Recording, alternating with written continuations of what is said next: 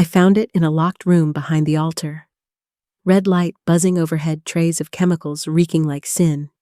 And there, hanging from wires, were photos. Of me. Of other girls. Caught in silence, mid-sob, half-dressed holy innocents turned into trophies. He was our priest. Our healer. The man my father trusted more than God himself. Have you ever seen a man worshipped by an entire town, only to discover he was the monster hiding in plain sight? What would you do if no one believed you? Not even your own family. I want to hear from you. If you've ever carried a secret or seen someone manipulate faith for power, share your story in the comments. Tell me what you would have done, or what you did. Let's speak the truths that were buried in silence for too long. Some towns are built on oil or cotton. Ours was built on faith thick in the air like humidity in July. You could feel it on your skin, in your lungs, sitting heavy in your bones. Faith was our rhythm, our reason, our law.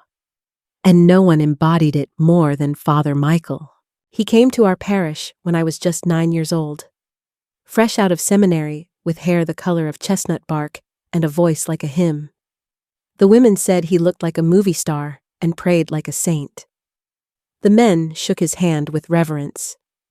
Children like me were taught to lower our eyes and keep our hands folded when he passed by.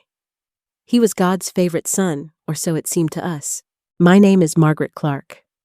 Most folks now call me Miss Maggie. I was born and raised in St. Joseph's Parish, tucked away in the green folds of rural Louisiana. The kind of town where everyone knew your business before you did. Where secrets didn't last, but traditions did. And in that tradition, the church was more than a building. It was breath. It was spine. It was everything.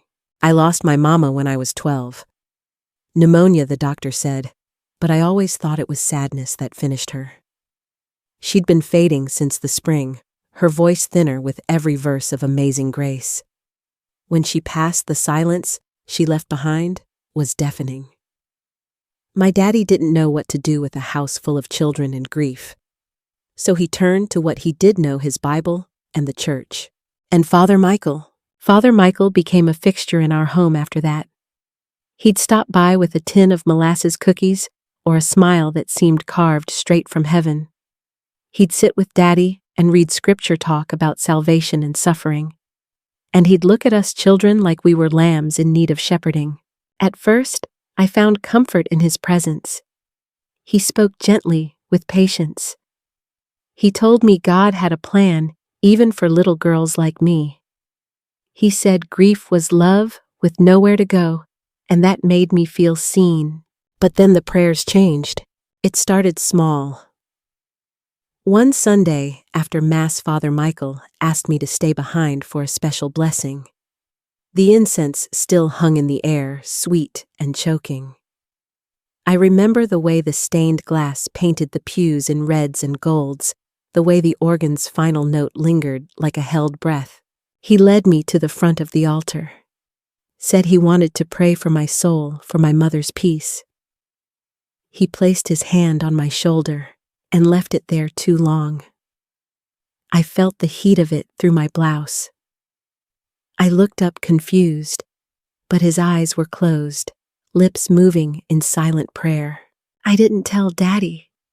How could I? Father Michael was the one leading our grief, our healing. He was the voice that made sense of death. I thought maybe I was wrong. Maybe I misunderstood. Maybe the weight in my stomach was just more sadness. He began inviting me to the rectory on Wednesday afternoons for catechesis, a word that sounded so holy I didn't question it. He said I was special gifted in spiritual things, that I needed extra instruction, that it was a calling. Looking back now, I understand what grooming is. But back then, I just felt chosen and afraid. I remember sitting on a stiff wooden chair in his study, trying to recite the Beatitudes, while his hand rested lightly on the back of my neck. There was always a crucifix hanging above his desk, gleaming in the dim light. Christ, forever frozen in agony, looking down on me with painted eyes, watching, always watching, but never intervening. Even then, even before things got worse, I felt it that something wasn't right. But I had no words for it, no language to fight the sanctity that cloaked his every action. You see, when someone everyone loves lays hands on you in God's name, you learn to swallow your doubt, to pretend it's all part of the script. You tell yourself this is what healing looks like, that maybe this is how souls are saved. That was the power Father Michael had.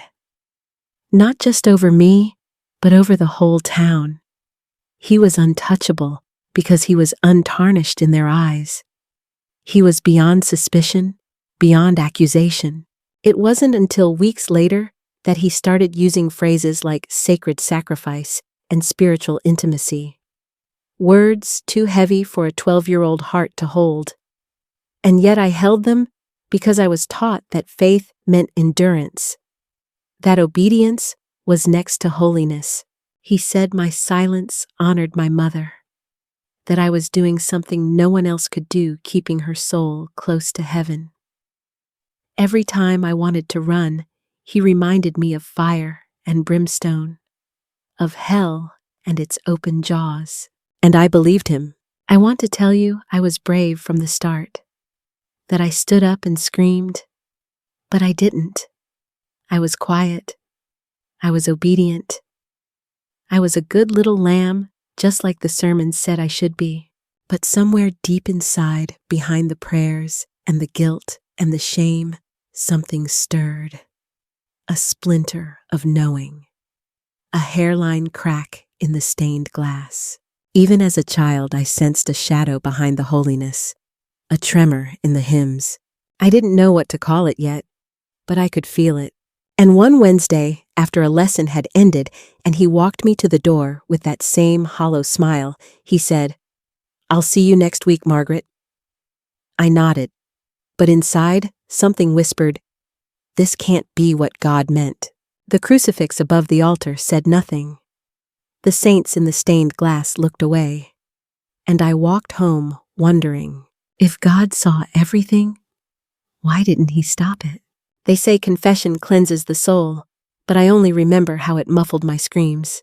It was a Thursday afternoon, clouds dragging low over the bayou, the sky heavy with the threat of rain. I remember the smell of rain on stone, of mildew and incense soaked into the walls.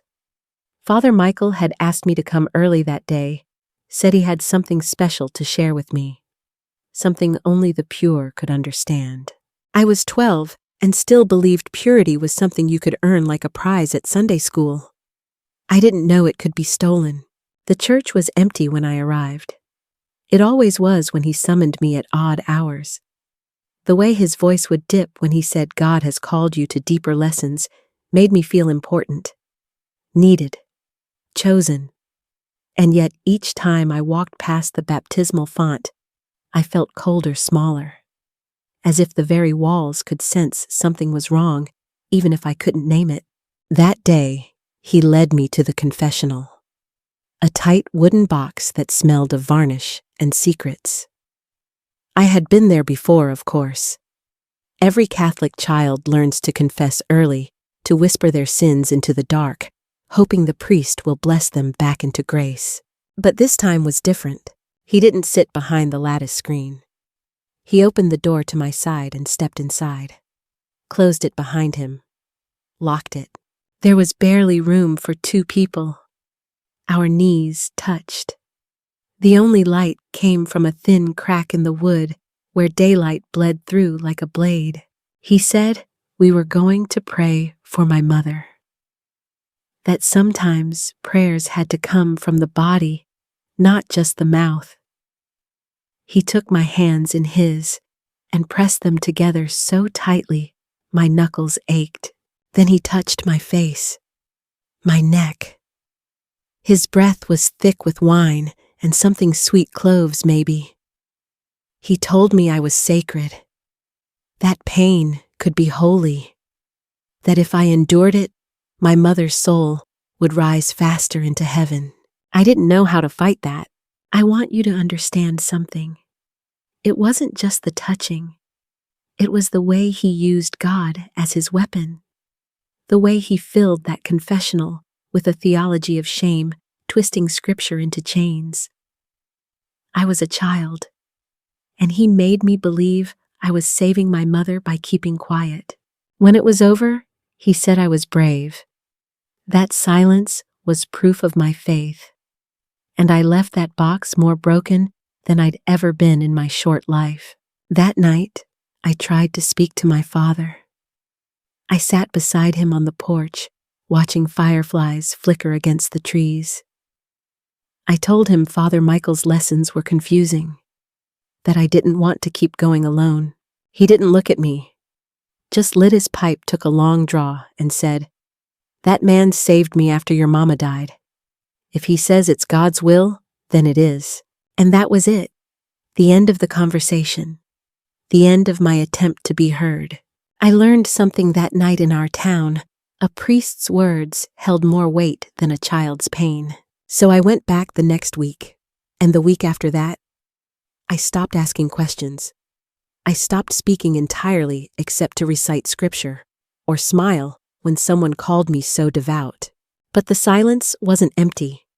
It was filled with questions I didn't know how to ask. What kind of God needs a child to bleed? There were moments, tiny ones, when I thought maybe I was wrong. Maybe I was dirty. Maybe my doubt was the real sin.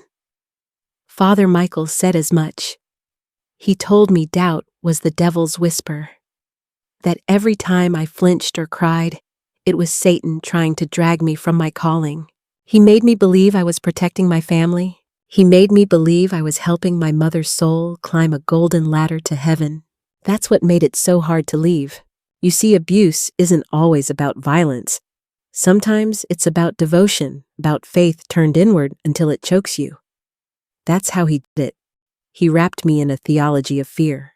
I remember one Sunday sitting in the front pew, my hands shaking as he delivered a homily on purity. He looked right at me when he spoke of sacrifice. Everyone else just nodded along, eyes closed, lips mouthing amen. And I realized then I was completely alone. I started bringing a rosary to bed at night, but not to pray. I'd grip it until the beads left red marks in my palm. It became a habit, a secret way to remind myself that I still felt, that I still existed outside of his hands and his words, that I had a body of my own. Even though I couldn't say the truth out loud, I began writing it down. In the back of my school Bible between the Psalms. Tiny notes in pencil. He touched me again. I don't want to go. I hate him. I didn't know what I was building. But something inside me wanted to be remembered, even if no one else would listen. One day, during catechesis, Father Michael rested his hand on my knee and said, "God sees how strong you are." And I wanted to scream. Then why doesn't he help me? But I didn't. I just nodded, because in that soundproof confessional, screams didn't matter. What mattered was obedience. What mattered was silence. And I was a very obedient girl. I sat in the same pew every Sunday, watching the town worship the man who was killing my spirit. Ours was the third row from the front, just left of center, close enough to see the pulpit, far enough to stay out of the spotlight. My mother had chosen that pew years ago, said it had the best light for reading hymns and a clear view of the altar. After she passed, we never changed our spot. It was our anchor, our ritual. Every Sunday, I slid into that wooden bench beside my father and sister, the scent of old wood polish and starched collars pressing in around me. Parishioners filled the church like a tide, dressed in their Sunday best white gloves, hair bows, polished shoes. The choir warmed up behind the altar, their voices fluttering up like doves in flight. And then he'd appear, Father Michael, robes flowing, smile serene. A vision of holiness. The congregation hushed as he walked down the aisle, children bowing their heads, women tilting just slightly toward him like sunflowers chasing light. They adored him. adored him with a blindness that still stings when I think about it. They called him a miracle worker, said he had a gift for healing the spirit. One woman claimed he cured her son's stutter with nothing but prayer and a touch on the forehead. Another said he saved her marriage. He visited the sick-led Bible study, gave sermons that brought grown men to tears. But I knew better, because just hours before, he'd lifted the chalice and recited, "This is my body, he had touched mine, in ways no child should endure." I watched him from that pew every week, heart-pounding fingers curled tight around the edges of my skirt. I studied his every movement, the soft lilt of his voice, the way he held the host, the false tenderness in his gaze when he looked across the flock. He was a shepherd, yes, but some shepherds don't lead sheep. They devour them. The worst part was no one saw it. Or maybe no one wanted to. People don't want to believe that evil can wear a cassock and bless your baby. They'd rather believe a child misunderstood, or worse, lied. And so they smiled at him, brought him pies, asked him to bless their homes. He had the whole town in the palm of his hand. And I, his secret, sat in the pew like a statue. Present, silent crumbling on the inside. There was one Sunday when Sister Agnes called me an angel. She said I was always so quiet, so respectful. Said she'd never seen a child take communion with such devotion. I remember nodding, but inside I was screaming. Because my silence wasn't reverence, it was survival. After Mass, Father Michael would often stay behind to chat with the choir director, Miss Pauline. She was a widow with too much rouge and a nervous laugh. I once watched them talk while I lingered near the side aisle. He touched her elbow, and she giggled, flustered. The same hand that had pressed against my bare skin the night before now rested lightly on her silk sleeve. She had no idea. That night, I wrote in my Bible again. He smiled after, like nothing happened. By then, journaling was the only honest thing I did. My schoolwork became a blur. I spoke less, moved slower. My teachers said I was pious, mature, beyond my years. My father nodded proudly and said I'd taken my mother's death to heart. In truth, I was becoming hollow. Each Sunday deepened the fracture. Every hymn, every homily, every peace be with you chipped away at me. The pew that once felt like sanctuary now felt like a cage. Polished oak and hymnal holders became bars I couldn't see through. But I couldn't leave. Where would I go? What would I say? I'd seen what happened to girls who spoke out in our town, whispers, sideways glances, sudden relocations, to live with a cousin in Baton Rouge. Our town didn't make space for disobedient girls. It swallowed them whole. Still, something was shifting inside me. The silence I'd accepted was beginning to hum, restless. It was around that time I noticed Clara watching me during Mass. My little sister, just 9 then, with her auburn pigtails and chipped front tooth. She used to doodle hearts in the margins of her bulletin. But now sometimes I'd catch her looking at me instead. Her eyes wide, questioning. Like she could sense something was wrong. I started sitting a little straighter in the pew.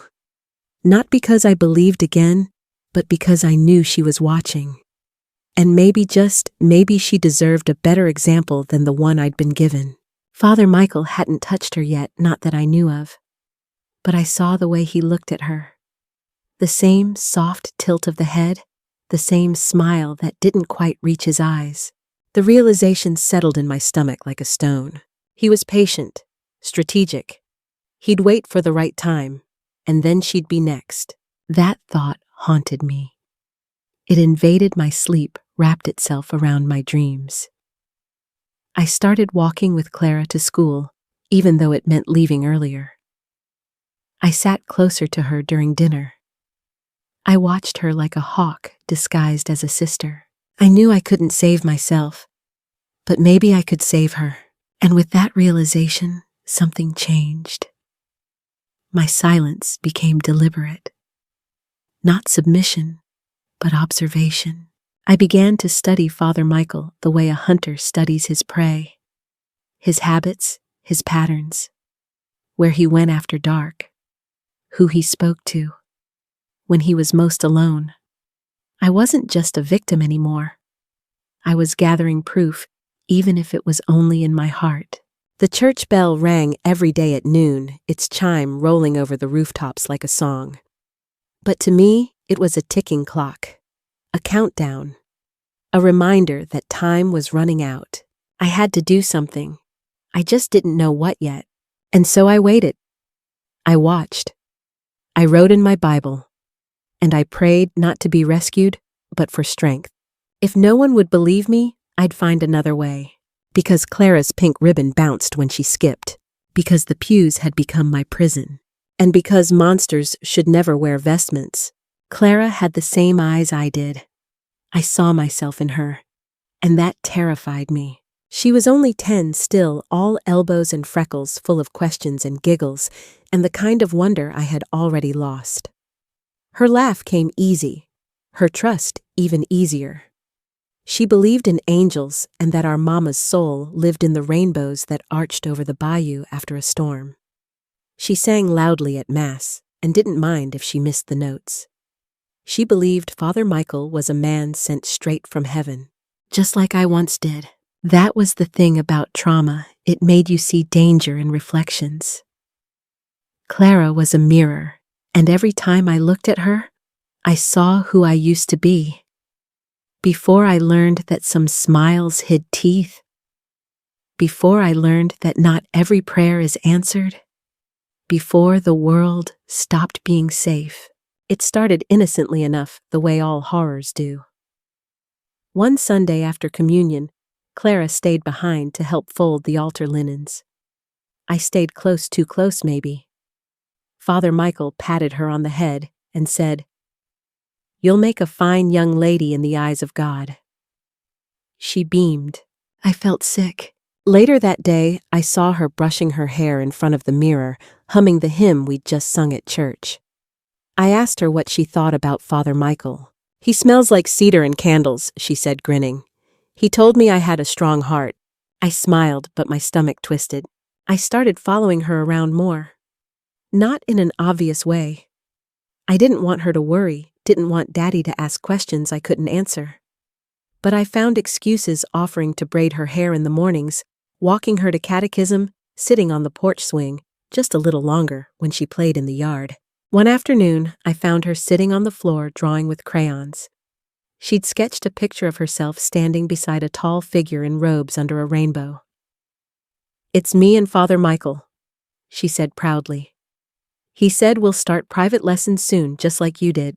My blood went cold. It was happening. Again. And I wasn't ready. That night, I lay awake staring at the ceiling, counting the water stains like stars.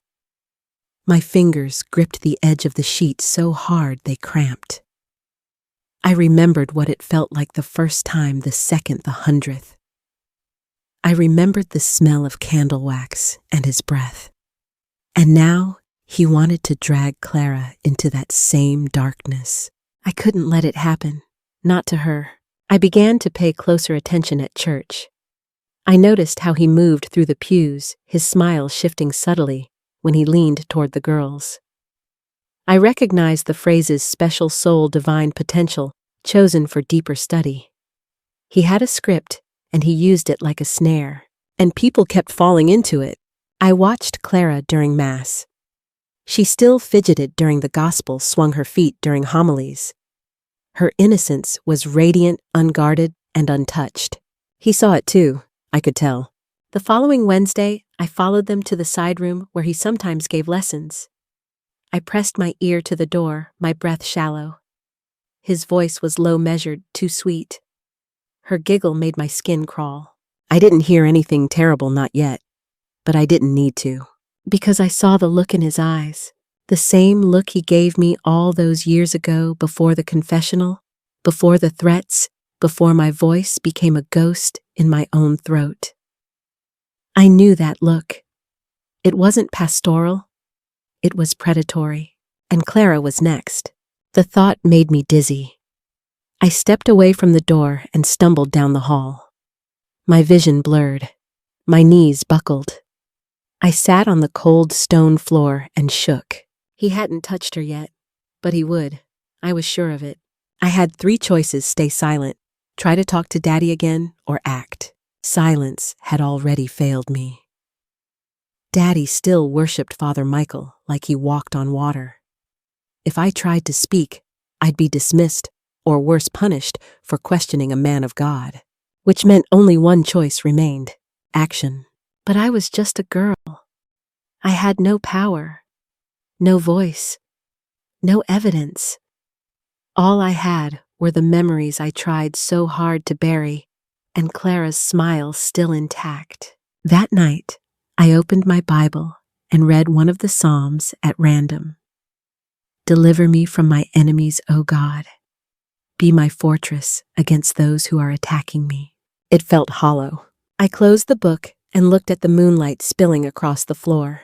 Then I looked at Clara sleeping peacefully, her pink ribbon still in her hair. And I made a vow. If it was the last thing I did, I would protect her.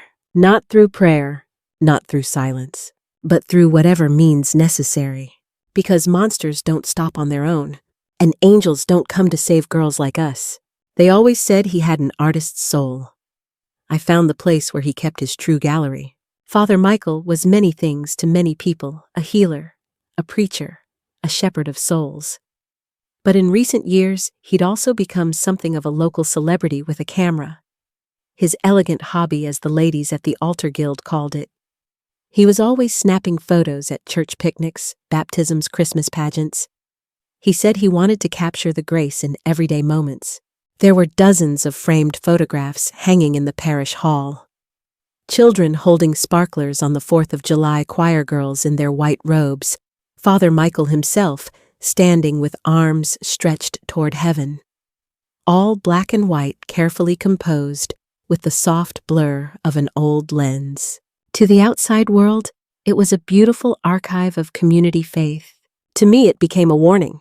The first time I noticed something odd, I was helping Sister Agnes clean up after Mass.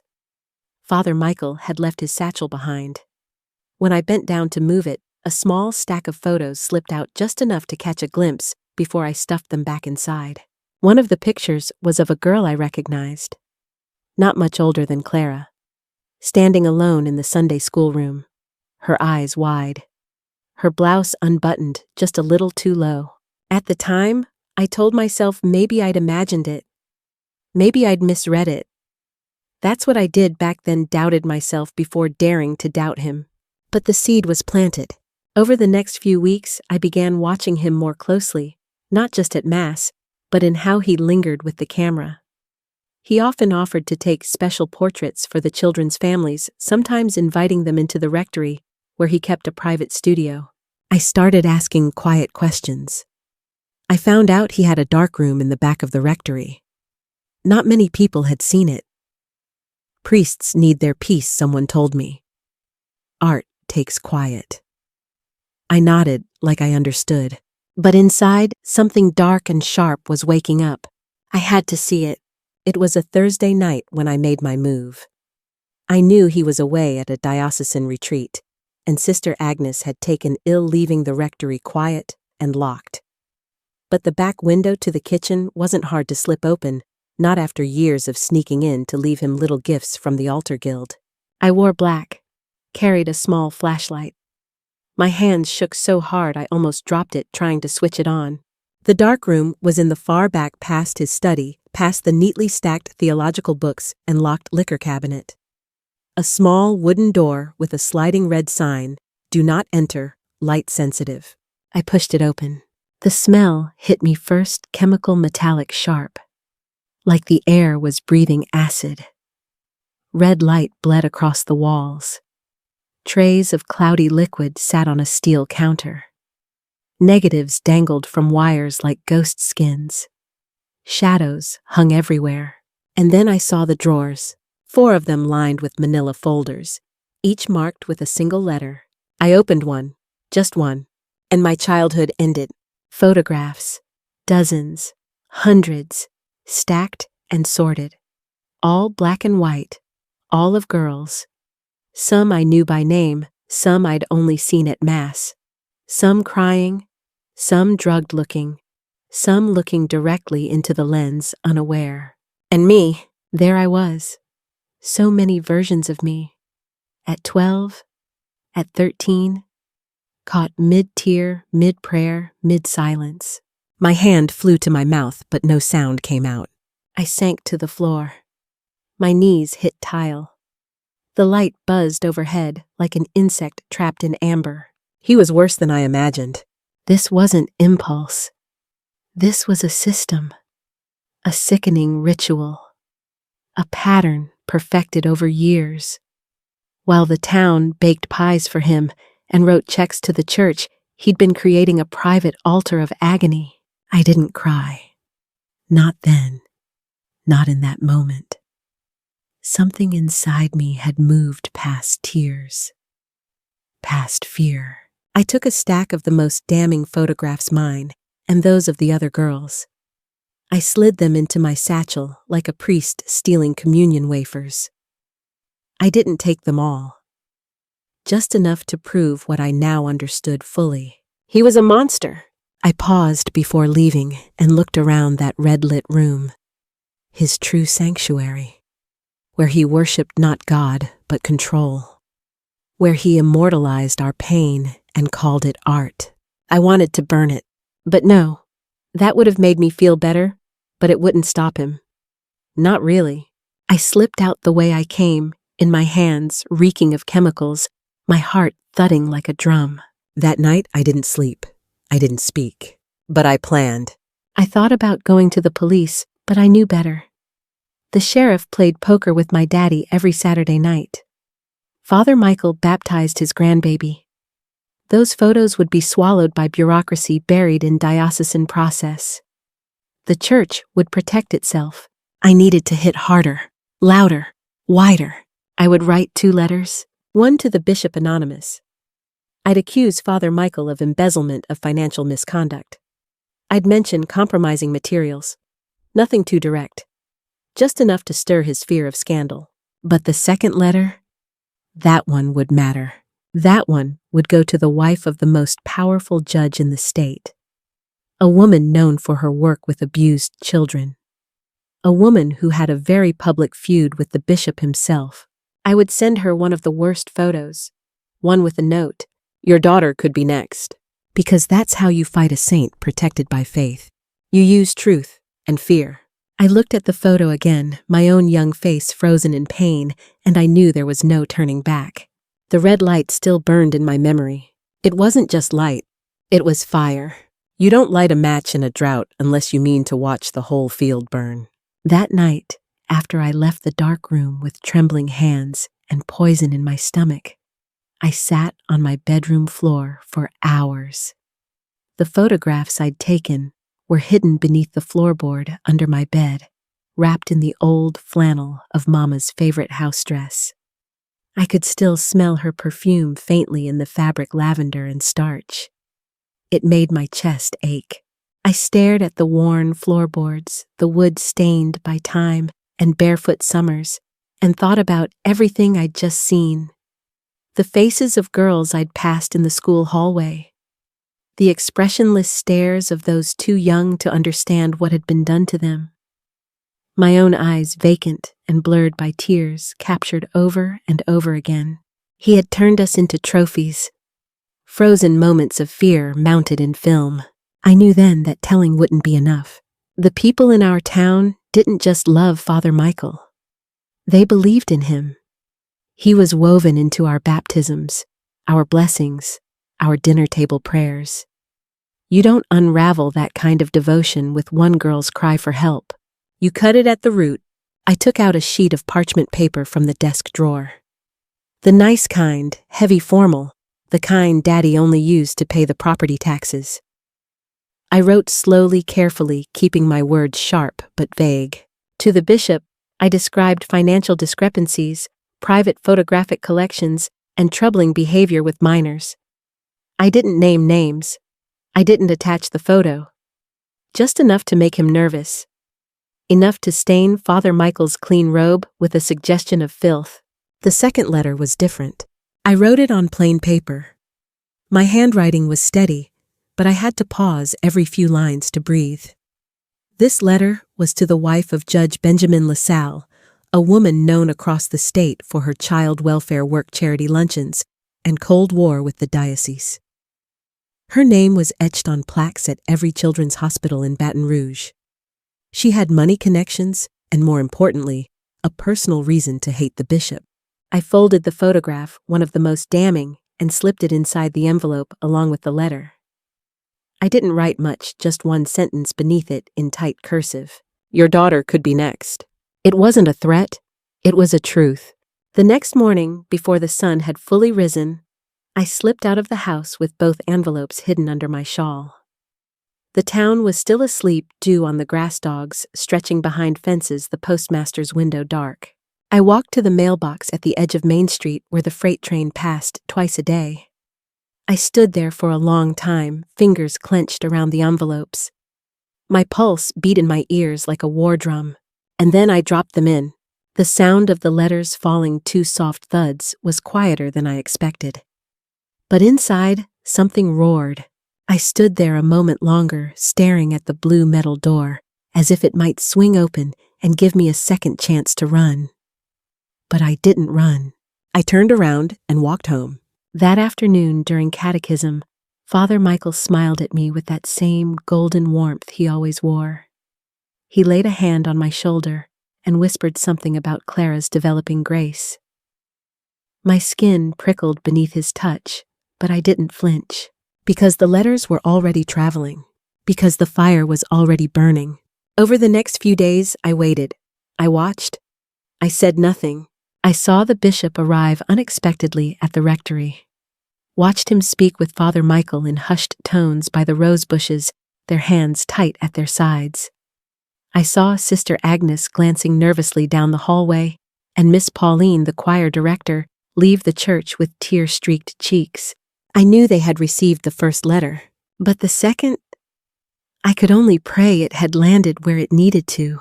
The judge's wife did not come to Mass that week. For a woman known for her punctuality and strict Sabbath habits, that said everything. 2 days later, a black sedan pulled up to the rectory and parked for nearly an hour. I saw it from my window and crept outside to the edge of the churchyard. Inside, I saw Father Michael at his desk, face-pale hands wringing a napkin to shreds. The judge's wife sat across from him silent. She was dressed in black. Not a funeral black, but a war black. Her gloved hands folded in her lap. I couldn't hear their words, but I didn't need to. She handed him the envelope, the one I had sent, and she left without saying goodbye. That night, I dreamed of fire. The church caught in flames, the bell tower collapsing in ash. I stood outside watching, not afraid, not weeping, just watching. When I woke, my pillow was wet with sweat, my sheets tangled around me like vines. But I smiled. For the first time in years, I felt the smallest sliver of control return to my hands. I still didn't know how it would unfold, what they would say, how he might fight back. But I knew this. His world had cracked. The mask had started to slip, and I, Margaret Clark, had lit the match. Sometimes justice wears pearls and serves tea. You might expect a reckoning to arrive like thunder, all noise and fury. But this one began in a parlor lined with lace doilies and photographs of grandchildren in silver frames. It started with a teacup placed gently in its saucer, and a woman who had spent her life smiling sweetly while pulling strings behind the curtain of Southern society. Her name was Mrs. Lillian LaSalle. To the public, she was the perfect politician's wife. Always polished, always poised. Her charity work with orphan children earned her awards. Her speeches, never too long, always just tender enough, moved donors to open their wallets. But those who really knew her understood she was a woman with teeth, and now she had received a letter. I didn't witness that moment, of course, but I can picture it perfectly. The fine envelope on her silver tray, her delicate fingers slicing it open with a gold letter opener. The photograph sliding out black and white, ugly and unflinching. The words scrawled beneath it. Your daughter could be next. She had one daughter, Anne-Marie, 12 years old, and in that instant, the war between her and the bishop became personal. I later heard from Sister Agnes, who'd always liked to talk too much when she thought no one important was listening, that Mrs. LaSalle didn't scream. She didn't faint. She simply stood up, folded the letter, placed it back into the envelope, and said to her butler, "Fetch the judge."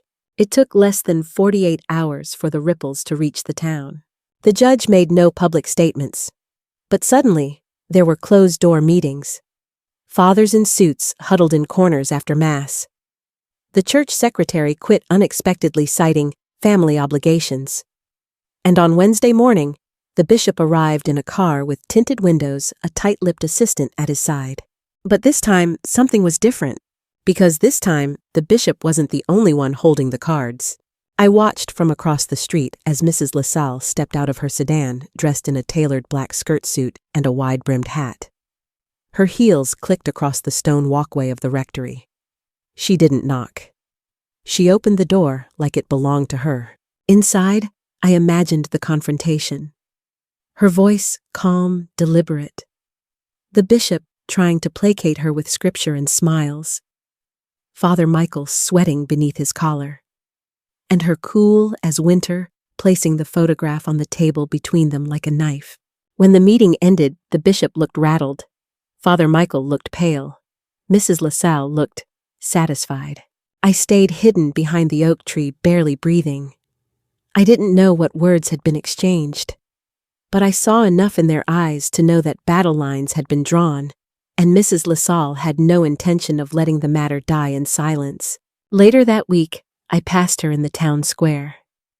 She didn't look at me, but as we brushed shoulders, I felt her hand graze mine, just a light touch, intentional. And in that moment, I wondered, did she know it was me? Did she recognize something in the tight set of my jaw, the steel behind my silence? Because something passed between us, unspoken, but real. An acknowledgement. A pact. And for the first time, I realized I wasn't alone. There had always been women like her. Women who moved quietly behind the curtain, who took secrets and turned them into weapons, who smiled through clenched teeth until the moment came to strike. The women who knew. I thought about the other girls in those photographs, the ones whose names I never learned. Were their mothers watching too? Had they seen signs they didn't understand? Or had they, like my own father, buried every doubt beneath a mountain of faith? And what about the other women in the parish? The ones who had always praised Father Michael, touched his arm a little too long, after Mass asked him to bless their children before exams. Had any of them seen what he truly was? Maybe. Or maybe, like me, they were trained too well in silence. But Mrs. LaSalle, she had broken that. She didn't raise her voice. She didn't take to the pulpit. She took action. Political, precise, and devastating. In the days that followed, the town began to hum with something new. Not reverence, not gossip. Doubt. Children were pulled from catechism classes. Donations to the parish slowed. And at Sunday Mass, for the first time in years, the pews were not full. Father Michael still preached, but his voice was tighter. His eyes darted more. His smile didn't stretch as wide. The judge's wife never returned to church, but she didn't have to. She had already changed the story. If holiness had a price, the bishop was willing to pay it in silence. His name was Bishop Charles Renard. A tall, austere man with silver-rimmed glasses and a voice like still water quiet, polished, unnerving. He rarely visited our town, but when he did, people scurried like mice before a thunderstorm. Even Father Michael straightened his collar twice in the mirror when the bishop's car turned up the church drive. He arrived unannounced that Friday morning. The whole parish buzzed with whispers. Some said it was a special liturgical visit. Others said he was here to personally congratulate Father Michael on his work with youth catechesis. I knew better.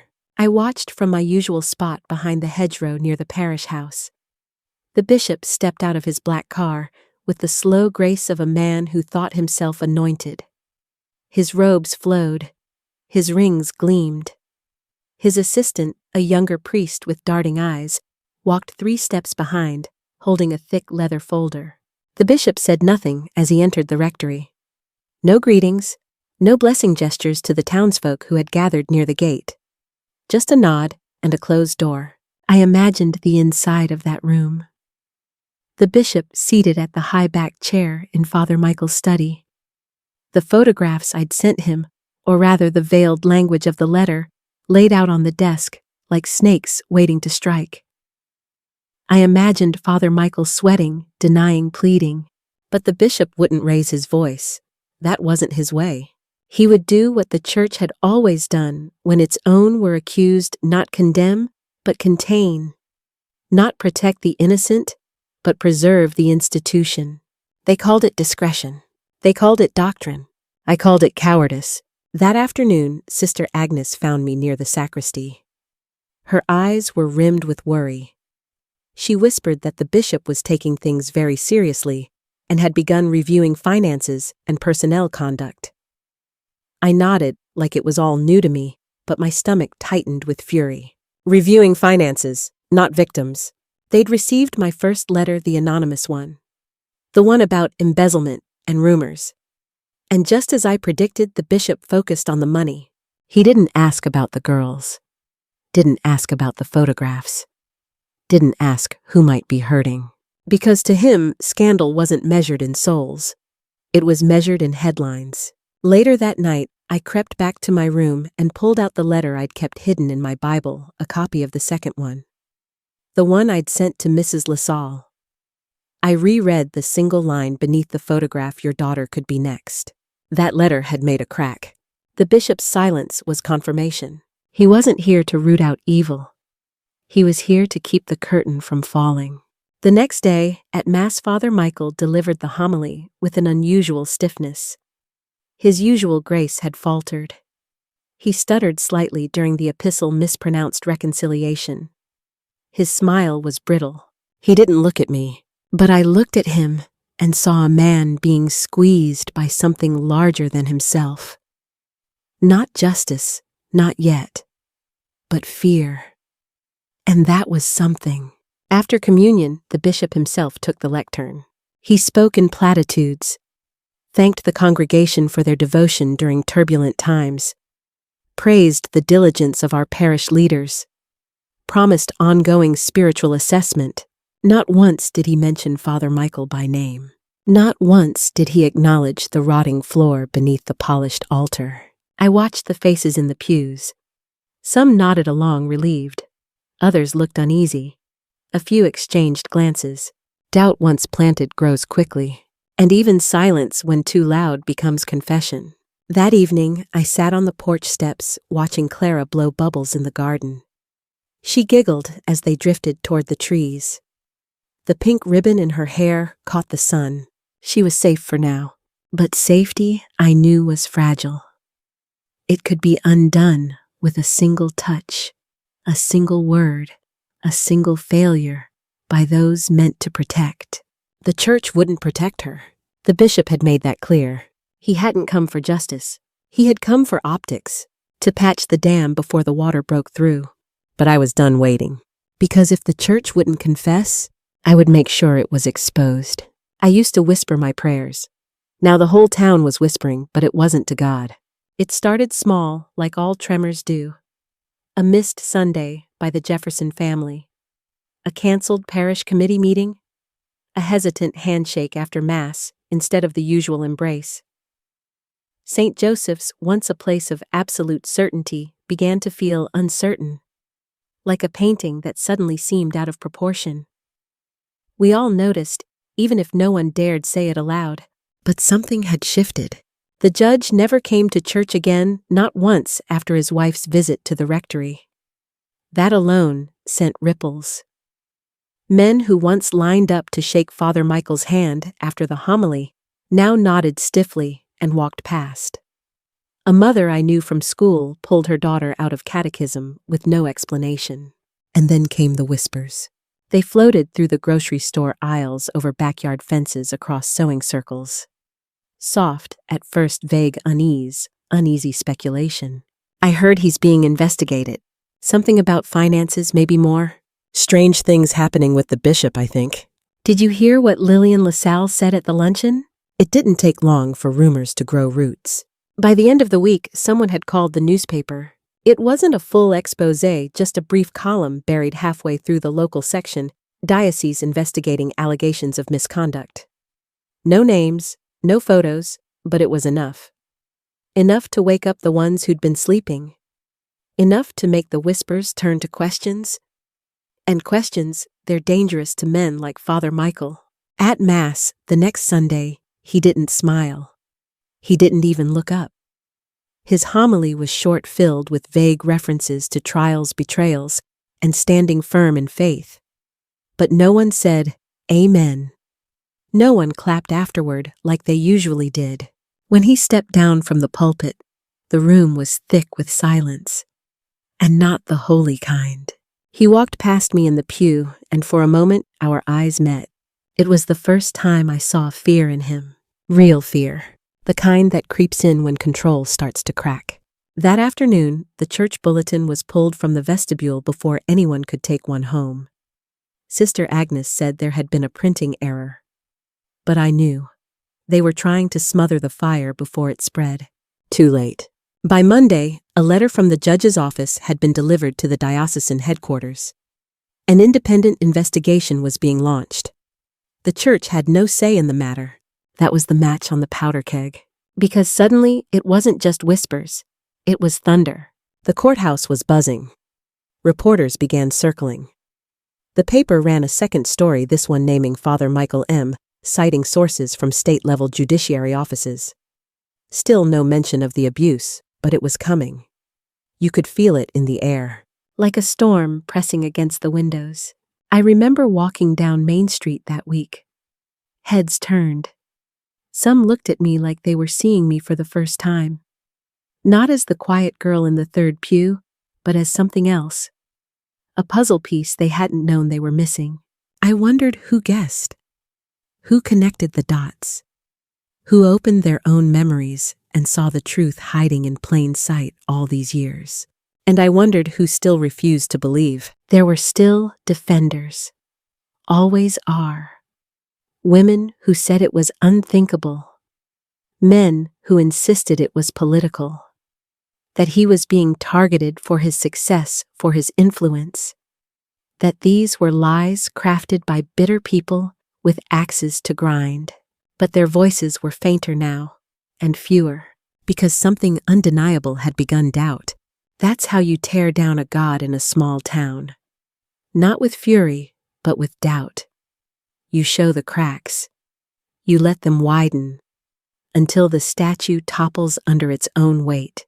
I knew the investigation would take time. I knew the church would try to stall to bargain. But I had done what I came to do. I had started the avalanche. That night, I sat with Clara in the kitchen. She was practicing her handwriting, tongue poking out the side of her mouth, eyebrows furrowed. She looked up and said, "Why's Father Michael not smiling anymore?" I hesitated. And then I said, "Sometimes people show who they really are when they think no one's watching." She nodded, not really understanding, but satisfied with the answer. Then she went back to writing. Outside, the first drops of rain hit the window. Not a storm, not yet. But it was coming. And this time, I would not pray for it to pass. I always wondered what sound a pedestal makes when it breaks. Turns out it's quieter than you'd expect. It was a Tuesday morning when it happened.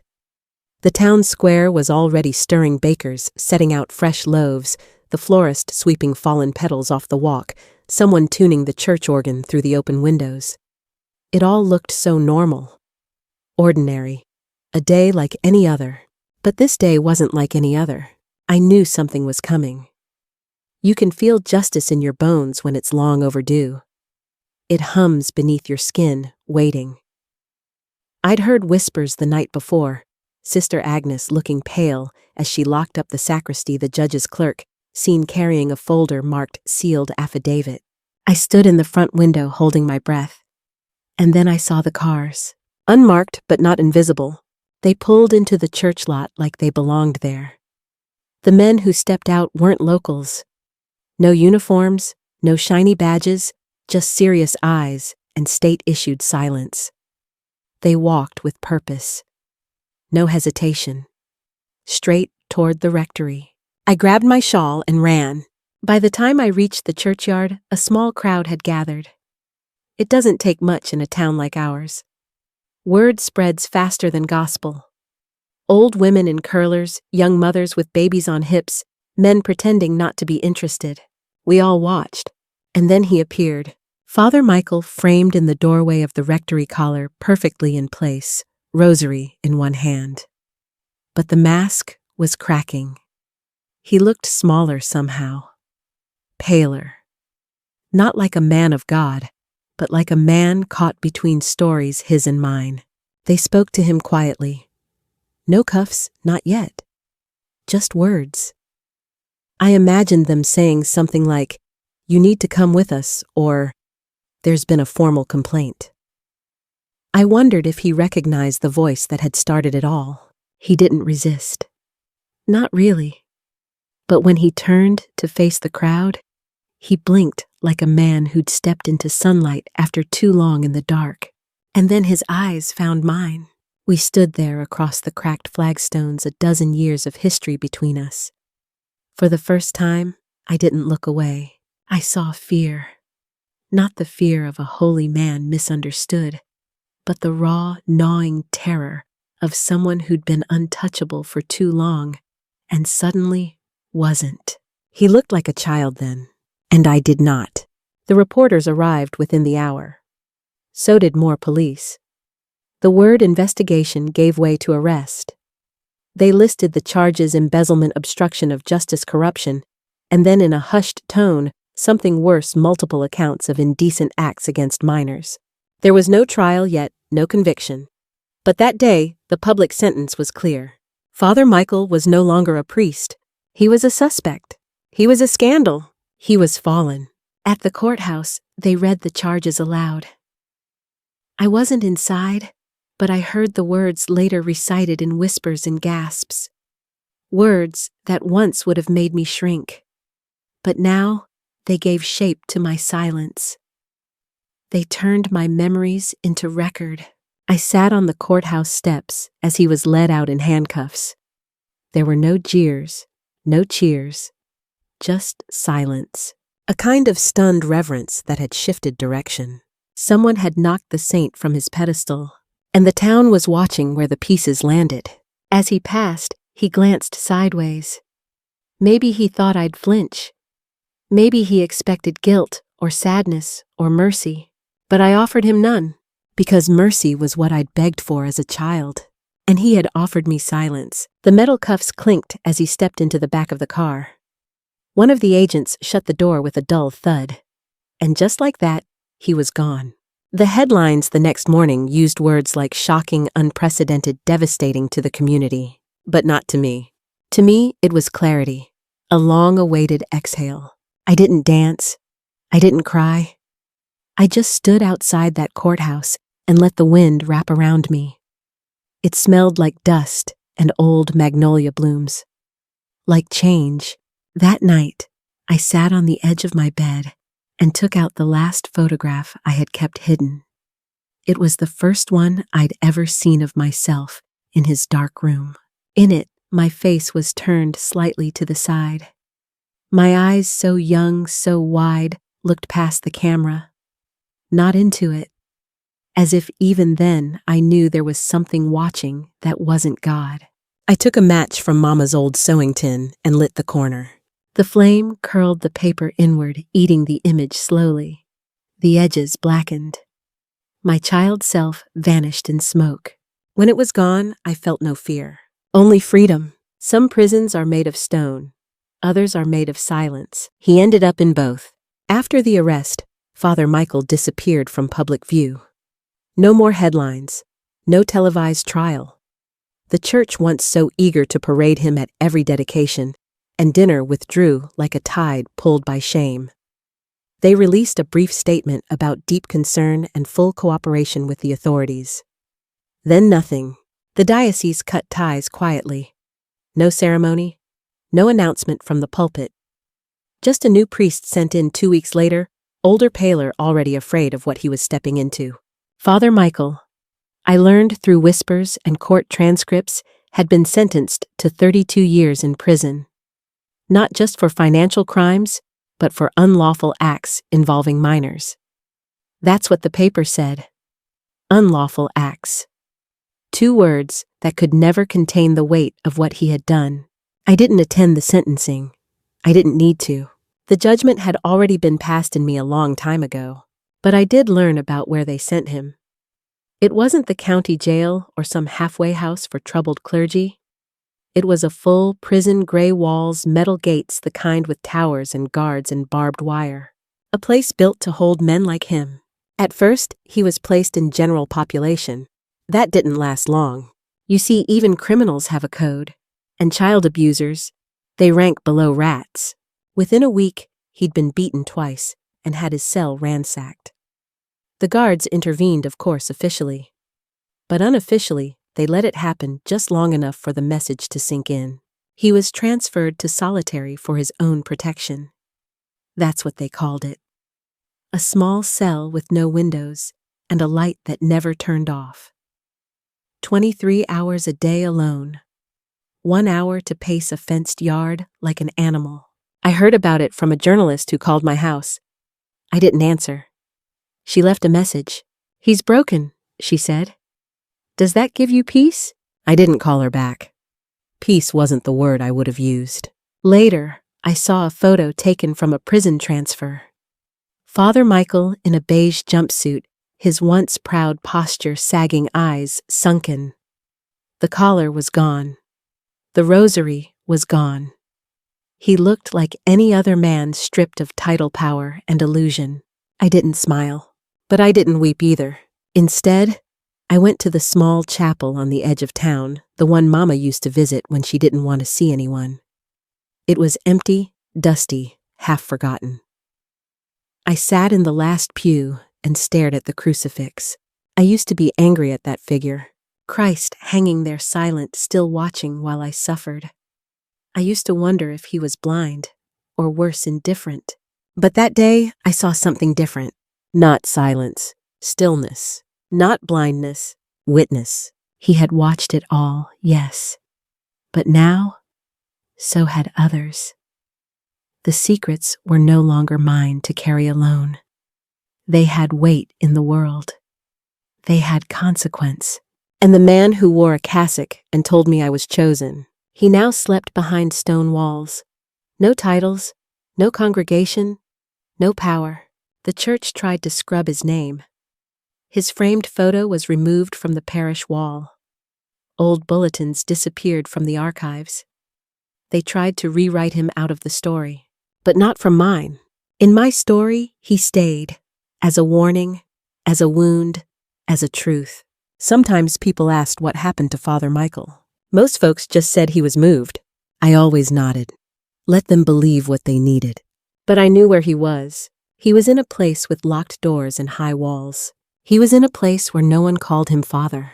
And most importantly, he was exactly where he belonged. You can bury a man, but to bury a past, you have to walk away from the ground it grew in. I left St. Joseph's Parish on a Tuesday. There was no grand announcement. No tearful goodbyes. Just the quiet shuffle of my suitcase wheels over gravel and the slow hiss of a bus pulling up beside the Baptist church. The driver didn't even look at me twice, just opened the door and flicked a thumb toward the steps. That was fine by me. I was 17, just old enough to leave legally, just young enough to look like I might come crawling back, but I wouldn't. The day before, I had packed everything I owned into one battered suitcase and a small satchel. A few books, a dress Mama sewed by hand, a journal filled with pages I would never show anyone, and the money I'd saved from tutoring younger kids after school. I'd written a note to Clara, short and sweet. I'll write when I can. Be strong. Love always, Mags. She didn't know the whole story. Not yet. But she'd seen enough to understand that the world wasn't as holy as we'd been told. As for Daddy, I left him nothing. Not because I hated him, but because he didn't ask. Not once. After the trial, he kept going to Mass. A new priest, a new rhythm, but the same blind faith. When people whispered about Father Michael, he changed the subject. When they asked how he was doing, he said the Lord gives and the Lord takes away. As if God had been the one in that dark room with a camera. I had nothing left to say to him. That morning, Clara hugged me hard before school. She cried a little, but tried to be brave. I kissed the top of her head and told her to trust her own eyes always. That was the best advice I could give her. The sun hadn't fully risen when I walked to the station. Mist clung to the ground like breath on glass.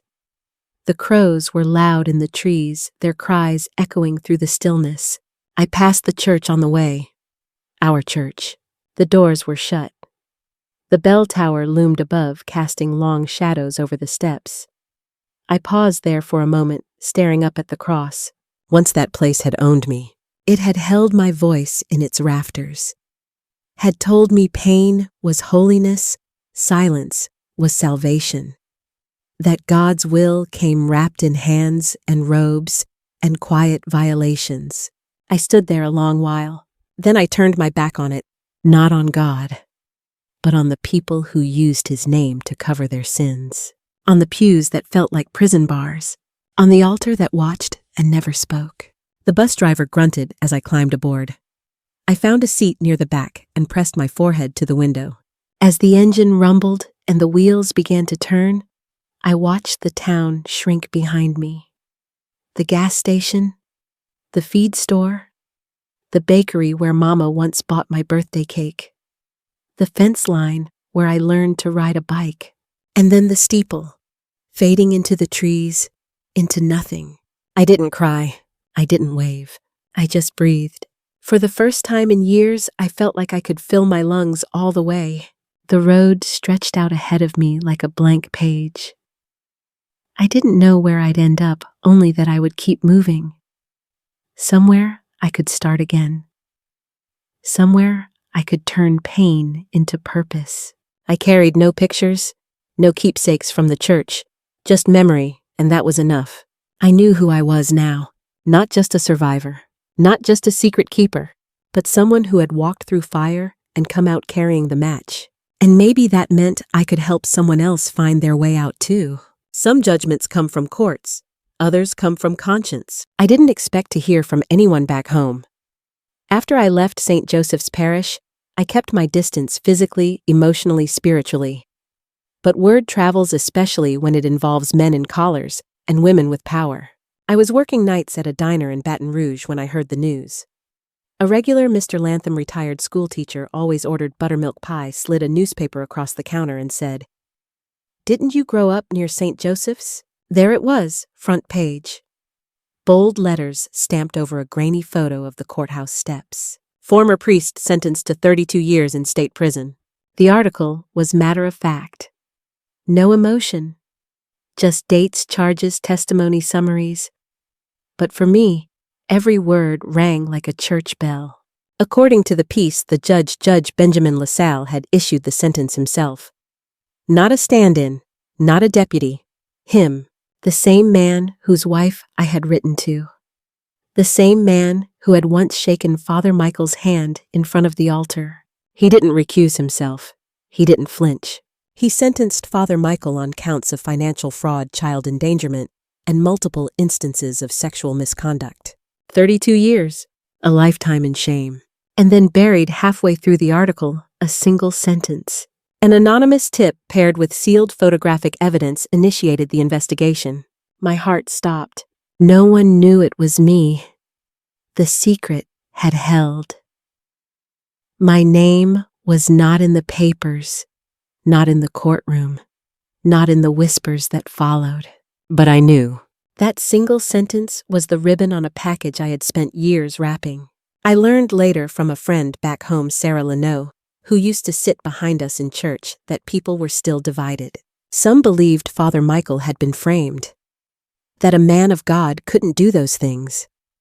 Others said they'd always had a bad feeling about him, though they never voiced it aloud. Funny how certainty changes shape once the fire's gone out. The town, she told me, was different now. The parish had fewer children. The diocese had reassigned staff. Parents were more cautious. People talked less, but watched more. It wasn't justice, not fully, but it was something. That same week, I received an envelope in the mail. No return address.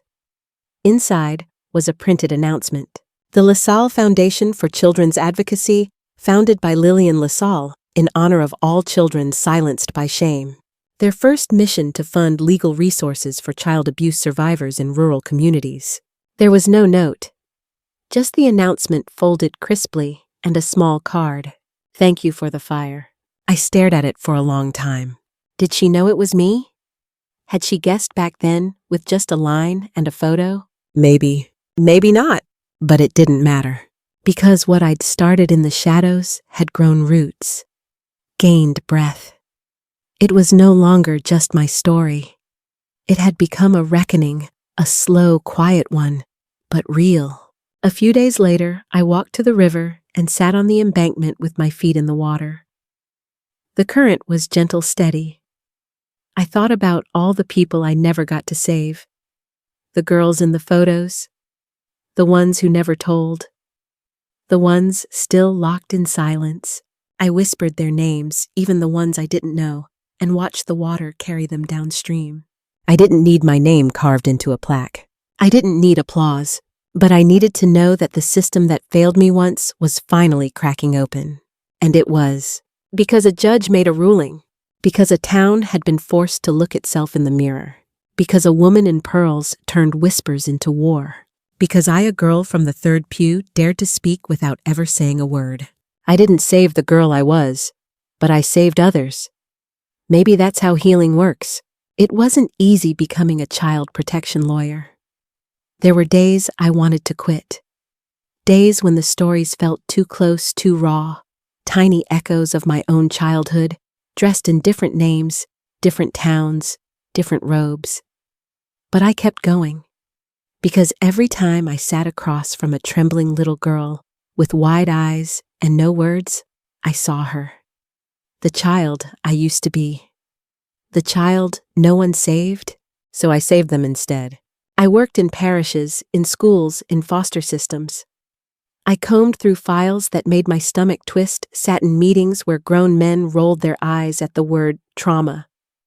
I learned how to speak without shaking, how to question without flinching, how to protect with fire instead of fear.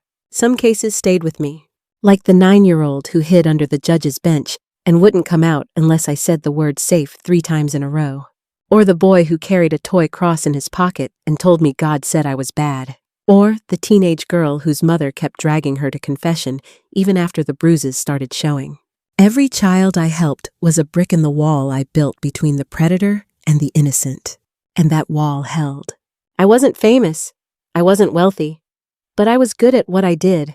I spoke softly, but I carried a binder full of truth. I remember one trial in particular. A teacher accused of grooming 3 students. The defense tried to discredit the girls, said they were confused, manipulated, rebellious. I stood in front of the jury and told them calmly that predators rely on disbelief, that monsters don't live under beds. They wear ties, carry Bibles, stand behind podiums. I won that case. Afterward, the youngest girl hugged me so tightly I couldn't breathe. She whispered, "You believed me." That's when I realized what I had become. Not just a lawyer, but a vessel. A quiet, steady echo of the voice I was denied. I kept a small file in my drawer. A thin, private folder labeled Clara, age 10. Inside was a copy of that photo I had never mailed to anyone. I kept it not out of vengeance, but as a reminder of the girl who almost was lost. Of the sister I protected. Clara grew up strong, fierce. She studied social work, volunteered with runaway shelters. We never spoke directly about what happened, not until years later, but there was always a silent understanding between us. We knew, and that was enough. My office walls were never adorned with degrees or accolades. Just photos of children I had helped drawings they gave me tiny tokens of trust. A lopsided heart, a paper dove, a crayon sun with "Thank you, Miss Maggie" scrawled in the corner. Those were my medals. Those were my hymns. Sometimes I'd walk past the courthouse and see a new case being filed. A mother with shaking hands, a little boy clinging to her skirt, and I would remember. That girl in the third pew, the one who bled silently for years, the one who lit a fire. And I'd whisper not aloud, but deep inside, "We saved you too." I have one last confession, but this time, I'm the one holding the light. I'm 79 years old now. The years have softened my face, but not my mind. My bones creak and my eyes blur, but inside that girl, the one who sat in the third pew, who walked alone down church halls, who carried fire in her pocket, she's still here. She's the reason I'm telling this story. Not because I need sympathy, but because silence is how monsters survive. And I'm done giving them that comfort. I sat on my front porch yesterday with the cicadas humming and a glass of sweet tea in my hand, and I thought it's time. Time to speak it out loud. Time to name the thing in full. So I pulled the tape recorder from my desk drawer, blew the dust off the buttons, and pressed record. It clicked softly. A red light blinked on. That little red eye staring up at me steady and unblinking. A kind of witness. And I began. I said his name clearly, firmly, Father Michael. And I told the truth. About the catechism sessions. About the confessional. About the photographs, the letters, the dark room. About how a little girl found her voice, not in church, but in fire. I didn't cry. Not because I'm brave, but because the grief dried up years ago. What remains isn't sorrow. It's resolve. There's a power in naming the thing, in telling it plain. You remove the shadows. You take back the air. And if there's one thing I want to leave behind, one final offering, it's this.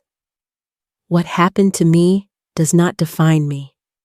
But what I did about it does. I didn't stop the pain, but I stopped the cycle. I didn't save the girl I was, but I saved Clara. I saved others. And now maybe, just maybe, I can help save you. You, the woman listening in the quiet of your car. You, the grandmother remembering things you buried deep. You, the girl just beginning to feel that something isn't right. This is my final confession. I believed I was alone. I wasn't, and neither are you. Somewhere out there, another little girl is clutching her hands in prayer, wondering if God sees her. He does, but so do we. That tape recorder is still blinking, still recording. And maybe one day someone will find this story tucked in an archive or sent from a friend, and it will reach the ears it was meant for. I hope so. Because this story, my story, isn't just mine. It's every woman who's been told to be quiet. It's every girl who thought obedience was the path to love. It's every person who chose truth over comfort. And now I end it not with a scream, but with a whisper made loud. Amen. You've heard my story now, dear friends. From the stained glass silence of my childhood to the courtroom whispers of my justice. And if you take away only one thing, let it be this. Pain kept in silence grows roots. But truth spoken even softly can burn a forest of lies. To those of you listening who've carried your own secrets, I see you. I believe you. And you're not alone. Not now. Not anymore. Sometimes healing doesn't come in a single moment. It comes in layers, in choices, in saying, I will not carry this weight another day without calling it what it was. So, if this story stirred something in you, let it stir you toward courage, toward speaking, even if your voice shakes, toward listening, even when it's hard, toward believing the next girl who dares to speak her truth. And before you go, I'd be so honored if you'd leave a little note in the comments. Tell me where you're listening from. Tell me if this story touched something in your heart. And if you feel moved, go ahead and subscribe. There are more stories to come. Stories that speak to the strength in women like you and me. Thank you for walking this road with me, for giving me your ears and your heart for a while. Until next time, this is Miss Maggie, signing off with love.